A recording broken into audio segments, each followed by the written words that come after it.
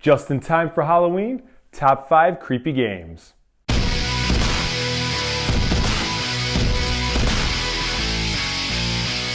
Hey guys, what's going on? It's Lee from Geek City USA here.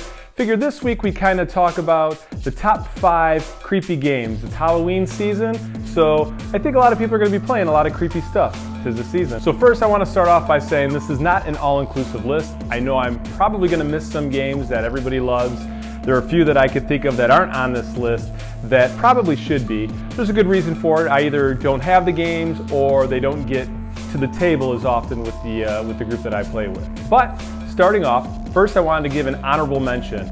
So the first honorable mention I wanted to give is to Zombie Flux. Now I know a lot of people are hot or cold on the Flux games. However, Zombie Flux is a really kind of a special game to us. Zombie Flux was one of the first games that we played a lot when we first got into gaming, and I remember playing it a lot in the fall. Nothing was better than having to play a card and groan like a zombie when you played it. So if you haven't played that, check it out. It's worth checking out for like a family game. It's a game you can play with kids. It's a game that you can play with your casual neighbor that maybe who's not looking for a heavy game. But it's something that's welcoming to all. All right, my number 5 game on the top 5 spooky games is Zombicide. Now, Zombicide is a great miniatures game where you play a survivor and there's different scenarios, and basically the goal is to survive. Zombies are everywhere. It gets more and more overwhelming as the game goes on, and it is a lot of fun. Now the games can run a little long, so if you're not really prepared for spending a couple of hours playing a game, or at least an hour, hour and a half, you probably want to steer clear, but the theme of the game is very, very full on this, and there's a lot of zombies, there's a lot of violence, it's a lot of fun. Help me, Obi-Wan Kenobi. You're my only hope. All right guys, and number 4 is a game that's maybe under a lot of people's radar. A lot of people might not be aware of the game, but it's called Endangered Orphans of Condyle Cove.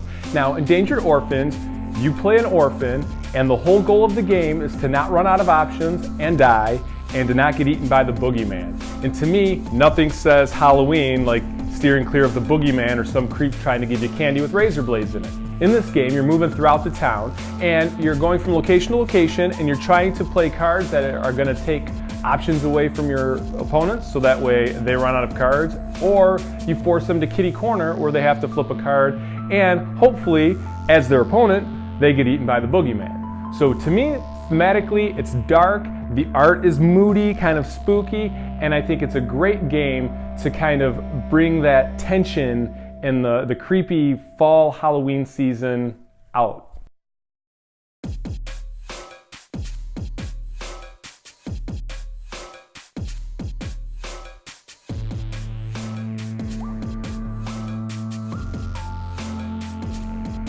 Now number 3, a lot of people are probably familiar with, I think if not in this iteration, other iterations, but this is Pandemic Cthulhu.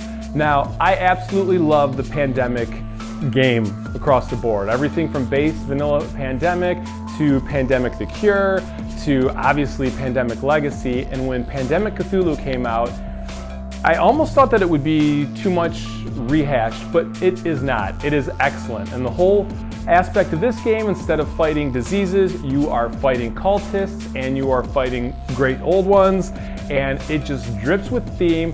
It's spooky, it's creepy, it's a lot of fun. It can be very casual, so you can play it with your neighbors. And the end goal is to close off 4 gates instead of 4 disease types and prevent Cthulhu from awakening and destroying the world. What says Halloween more than some monster destroying the world? I don't know.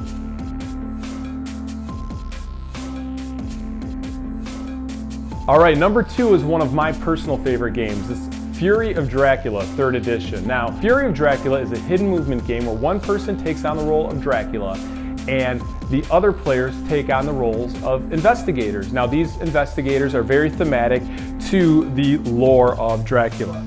And in this game, as Dracula, you're trying to move around undetected and to basically run the investigators out of time. In the meantime, they are trying to find Dracula and try to kill him.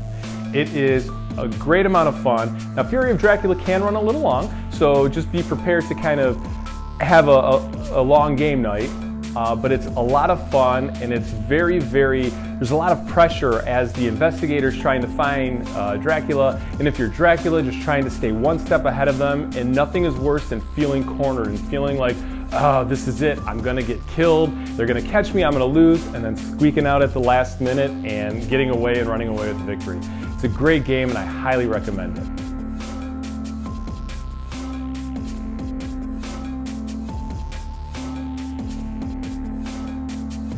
Now finally, this is my absolute favorite game to play around Halloween, or really ever. One of my favorite games of all time, and this is Dead of Winter. Now, it could be Dead of Winter, it could be Dead of Winter the Long Night, whatever, same general concept, but I love this game. The reason I love this game is because not only is it zombies, and not only is it kind of, end of the world time where you're, trying to deal with zombies and lack of food, and there's always a crisis, so there's a lot of stress to the game, but there's also an element of betrayal. So we don't always play with this, it depends on the group, but if your group is good with this kind of aspect in the game, one of the cards, one of the people may randomly be a betrayer. Now you don't know, so there's going to be a betrayer card in the deck when you pass out everybody their secret objective cards. One person may be a betrayer, but you don't know. So you'll be playing your whole game and everybody could be on your side, but you're secretly looking around thinking one person might be against the group. I absolutely love this game. There is so much tension. There is so much risk reward. What do I do? Do I go out to try to find the gasoline and then flip nothing but, junk cards that I don't want, and then maybe a helpless survivor? That great. There's somebody else that we have to take care of. Wonderful. We already can't feed the people that we have. And in the process of me going back to the colony, I get bit by a zombie, my favorite guy, and he dies. And he's out of the game. It's so much fun, and I look forward to playing this game every year in October and every other month of the year. All right, guys, that's it. Tell me what you think of my top 5, and tell me what some of yours are in the comments below. If I've missed something that's one of your favorites and you can't believe I missed it, tell me what it is. I would love to check it out because I am always looking for a good thematic game. And remember to subscribe so that way you can be notified of new videos that come up, and also like and comment. I'm Lee from Geek City USA. Thanks for watching. See you next time.